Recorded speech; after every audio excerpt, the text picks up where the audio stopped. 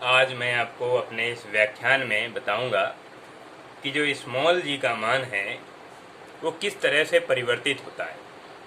हालांकि हमें मालूम है कि पृथ्वी की सतह पर ध्रुवों पर इसका मान यानी पृथ्वी के ध्रुवों पर इसका मान हम 10 मीटर पर सेकेंड स्क्वायर निकालते हैं, लेकिन विषुवत रेखा पर इसी स्मॉल जी का मान गुरुत्वीय त्वरण का मान 9.8 मीटर पर सेकेंड स्क्वायर निकलता है।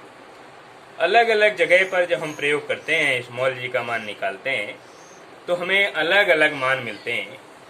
पेंडुलम की सहायता से जो स्मॉल जी का मान निकाला जाता है उसको हम इस तरह से लिखते हैं, यानी t इक्वल 2 रूट में l डिवाइड बाई जी यहाँ पर हमारा गुरुत्वीय त्वरण है, l पेंडुलम की लेंथ है, धागे की लंबाई है, और t यहाँ पर पेंडुलम का टाइम पीरियड है, आवर्तकाल है। तो हम पृथ्वी पर जी का मान कैसे निकालते हैं, इसके लिए ये हमारे पास फार्मूला है। लेकिन अगर हम पृथ्वी की सतह से ऊंचाई पर जाते हैं, जैसे हम किसी पेड़ पर गए या किसी पहाड़ पर गए, तो पहाड़ की ऊंचाई यदि 200 मीटर है, 300 मीटर है, 500 मीटर है, तो 500 मीटर ऊंचे पहाड़ पर स्मॉल जी का मान कैसे निकालेंगे और कितना होगा वहां पर स्मॉल जी का मान। उसके लिए हमारे पास सुविधाएं हैं। हम 4 तरीके से स्मॉल जी का मान अलग अलग निकालते हैं। तो पहला हम देखते हैं, अगर आप पृथ्वी की सतह से ऊंचाई पर जा रहे हैं तो स्मॉल जी का मान कम होगा। कितना कम होगा, उसके लिए हमारे पास एक फार्मूला है, वो बताएगा कि कितना मान कम हुआ, इतनी ऊंचाई जाने पर कितना मान कम होता है। ये मान लेते हैं कि पृथ्वी है, ये अर्थ है, और ये इसका सेंट्रल है यानी केंद्र है। यहाँ पर तो मिट्टी कंकड़ होता है, खनिज पदार्थ यहाँ पर मिलते हैं। ये हमारी सतह है, यहाँ पर हमारा जीवन व्यतीत होता है। यहीं पर जंगल, पहाड़, नदी और मानव जाति यहाँ पर रहती है। इसकी सतह पर यहाँ पर जी का मान हमने मान लिया GS है, यानी सरफेस पर। GS का मतलब सरफेस पर, gravitational acceleration at surface, earth surface पर, यहाँ पर इसका मान इतना है। तो इसकी जो दूरी है वो त्रिज्या है, यानी RE। अगर हम ऊंचाई पर जाते हैं, इतनी ऊंचाई पर चले गए, ये कोई पेड़ है या पहाड़ मान लेते हैं, इतनी ऊंचाई पर, h ऊंचाई पर, तो यहाँ पर स्मॉल जी का मान कितना होगा इस h ऊंचाई पर। तो इसके लिए एक सीधा सा फार्मूला लिखते हैं कि GH यानी h हाइट पर gravitational acceleration equal to GS यानी सरफेस पर gravitational acceleration multiply 1 minus 2h divide by RE। ये हम डायरेक्ट फार्मूला लिखते हैं। इसकी प्रूविंग करने का एक अपना एक अलग मेथड है। यहाँ पर हम केवल तरीका देखेंगे कि GH हाइट पर जो ग्रेविटेशनल एक्सीलरेशन है equal to GS mean surface पर acceleration multiply 1 minus 2h divide by RE। h height है, इतनी हाइट पर हमें एक्सीलरेशन निकालना है, इस पॉइंट पर निकालना है, यानी A पॉइंट पर निकालना है। तो ये सरफेस से ये हाइट है और RE अर्थ की रेडियस है, ये रेडियस है। RE का मान हमें पता है 6400 किलोमीटर होता है, 6400 किलोमीटर यानी 6400 किलोमीटर होता है। तो ये ऊंचाई की चर्चा हो गई। अगर हम ऊंचाई पर जाते हैं तो इतना हमें जी का मान मिलेगा h ऊंचाई पर। पहला कारण हो गया ये। और दूसरा कारण, अगर हम गहराई पर जाते हैं, पृथ्वी की सतह से आप अगर गहराई पर जाते हैं, डेप्थ पर जाते हैं, तब भी स्मॉल जी का मान कम होता है। और कितना कम होता है वो हम देख लेंगे कि कितना कम होता है, कितनी गहराई पर गए तो स्मॉल जी का मान कितना चेंज हुआ, कितना बदला। हमने माना कि ये अर्थ है, हमारी पृथ्वी है, और ये सरफेस है। इस सरफेस पर जो स्मॉल जी का मान है वो GS है, यानी ग्रेविटेशनल एक्सीलरेशन एट सरफेस, और ये हमारा सेंट्रल है, केंद्र है। ये हमारी रेडियस हो गई, यानी RE, पृथ्वी की त्रिज्या हो गई, RE हो गई। और हमने माना कि यहाँ से इतनी गहराई पर आ गए, इतनी गहराई पर आ गए, इस पॉइंट पर आ गए, इतनी गहराई पर आए, यानी D डेप्थ पर आ गए। तो D डेप्थ पर आ गए तो ये एक सर्कल बनेगा, यानी यहाँ पर आ गए, इतनी गहराई पर आ गए। ये जो गहराई हमने ली, D गहराई ली, यानी D डेप्थ ली। ये जो डेप्थ है वो D डेप्थ है। और इतनी डेप्थ पर, यानी इस पॉइंट पर या इस पॉइंट पर हमें एक्सीलरेशन की वैल्यू कितनी मिलेगी, यानी ग्रेविटेशनल एक्सीलरेशन कितना होगा, इसके लिए एक सीधा सा फार्मूला है GD यानी डेप्थ पर एक्सीलरेशन इक्वल टू GS यानी सरफेस पर acceleration minus D/RE, minus D/RE ये लिखते हैं, यानी D डेप्थ पर हमें एक्सीलरेशन मिल जाएगा। अगर D का मान हमें पता है कि 50 किलोमीटर की गहराई पर गए या 50 मीटर की गहराई पर गए, तो हमें स्मॉल g का यानी D डेप्थ पर स्मॉल g की जो प्रॉपर्टी है उसकी न्यूमेरिकल वैल्यू भी हमें मिल जाएगी।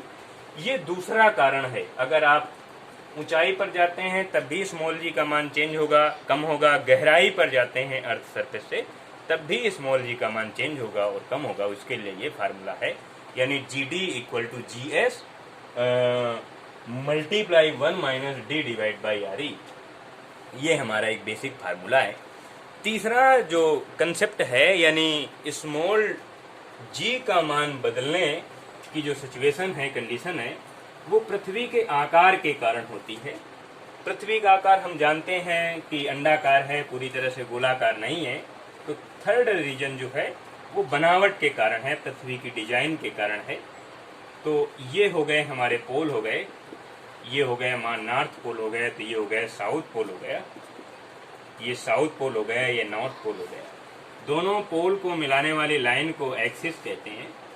तो यहाँ की जो रेडियस है, ये रेडियस है, ये थोड़ी सी कम होती है इस रेडियस के रिस्पेक्ट में। तो ये जो रेडियस होती है ये इक्वेटर की रेडियस है, यानी इसे हम RE कह दें, कैपिटल E कह दें, और इसे हम पोल की रेडियस कह दें, ये पोल की रेडियस है यानी RP।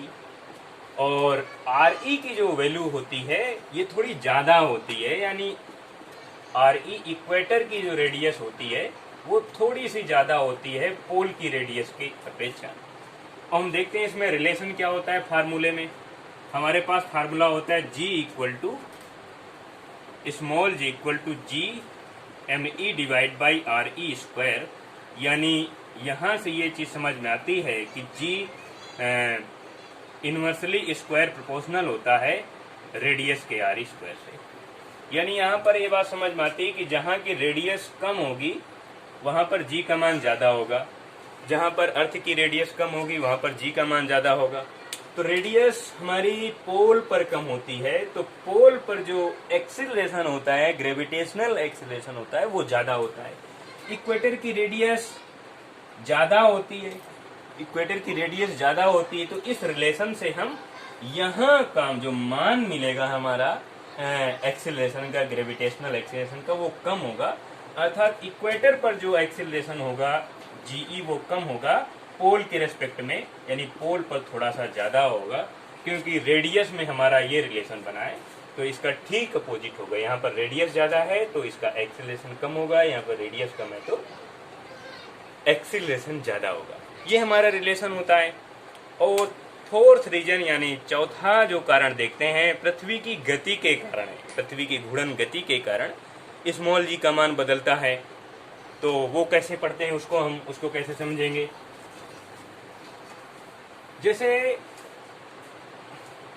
पृथ्वी ये है और ये अपनी एक्सिस पर घूमती है, साथ साथ ये अगर ये सन है, इसको यहाँ पर छोटा मैं बना देता हूँ सन यहाँ पर, तो ये ऑर्बिट है और इस तरह से ये घूमती रहती है। ये सन है और इसके चारों ओर ये पृथ्वी इस तरह से घूमती है, ये घूमती रहती है। और ये दो तरह से घूमती है, एक तो अपनी एक्सिस पर और दूसरी जो सन की ऑर्बिट बनी हुई है, यानी सन के राउंड जो ऑर्बिट बनी है, वर्चुअल ऑर्बिट बनी है, उसमें भी घूमती है। तो उस घूमने की वजह से, अपनी एक्सिस में घूमने की वजह से इस स्मॉल g का मान चेंज होता है अर्थ पर। उसका फार्मूला लिखते हैं हम G डैश, यानी चेंज जो वेरिएशन हो रहा है एक्सीलरेशन में, G dash equal to G S, यानी सरफेस पर जितना एक्सीलरेशन है, minus RE omega square multiply cos square lambda. ये हम फार्मूला लिखते हैं। और GS सरफेस पर एक्सीलरेशन है, RE रेडियस है अर्थ की, और ओमेगा इसका एंगुलर वेलोसिटी है, और कॉस स्क्वायर लैम्डा ये लैम्डा एंगल है। अगर ध्यान रखना कि ये पोल पर, at pole lambda equal to 90 degree होगा, जो पोल पर वैल्यू मिलेगी लैम्डा की वो 90 डिग्री होगा। तो 90 डिग्री रखेंगे तो ये जीरो हो जाएगा, ये भी पूरा जीरो हो जाएगा, यानी G dash equal to G S हो जाएगा। यानी पोल पर जो प्रॉपर्टी आएगी वो G dash equal to G S आएगी। लेकिन इक्वेटर पर इसका मान कुछ चेंज होगा, क्योंकि इक्वेटर पर जो लैम्डा की प्रॉपर्टी होगी वो 0 डिग्री होगी, और लैम्डा की वैल्यू 0 रखने से ये मान केवल 1 हो जाएगा। बाकी हमारे पास बचेगा G dash equal to G S minus R E omega square बचेगा। तो ये हम इस तरह से निकालते हैं पृथ्वी की सतह पर और पृथ्वी की सतह के ऊपर और नीचे भी जो स्मॉल जी का मान है वो किस तरह से हमें मिलता है, और उसका कंसेप्ट क्या है, किस तरह से डिफाइन करते हैं, परिभाषित करते हैं, ये वो सारे मान हैं स्मॉल जी के मान बदलने के कारण है। ये 4 कारण हैं। पहला कारण है अगर हम पृथ्वी की ऊंचाई पर जाते हैं, सतह से ऊंचाई पर जाते हैं तो स्मॉल जी का मान कम होगा। दूसरा कारण है अगर हम डेप्थ पर जाते हैं तब भी स्मॉल जी का मान कम होगा। और थर्ड रीजन है पृथ्वी की बनावट के कारण, आकार के कारण ध्रुवों पर स्मॉल जी का मान ज्यादा होता है और विषुवत रेखा यानी इक्वेटर पर कम होता है। उसी तरह से चौथा जो रीजन है पृथ्वी की गति के कारण है, मूवमेंट के कारण है, पृथ्वी की रोटेशनल मोशन के कारण है स्मॉल जी का मान चेंज होता है। ये 4 रीजन है स्मॉल जी का मान चेंज होने के कारण, और स्मॉल जी ही डिफाइन करता है कि वहां पर ग्रेविटेशनल फोर्स कितना है। क्योंकि इसका हम जो फार्मूला लिखते हैं वो F equal to M G लिखते हैं। तो m तो कांस्टेंट होता है, m कभी 0 नहीं होता है। अगर कोई पार्टिकल है या हल्का है या भारी है किसी भी तरह का, तो वो 0 नहीं हो सकता है। m की प्रॉपर्टी नहीं 0 हो सकती है। g 0 हो सकता है, स्मॉल g का मान 0 हो सकता है। तो स्मॉल g ही डिफाइन करता है कि वहां पर ग्रेविटेशनल फोर्स कितना लगना चाहिए। अगर स्मॉल g का मान बहुत ज़्यादा है, जैसे ब्लैक होल पर देखते हैं या किसी दूसरे ग्रहों पर देखते हैं, तो वहाँ पर हमारा ग्रेविटेशनल फोर्स यानी भार बल भी बहुत ज़्यादा होता है।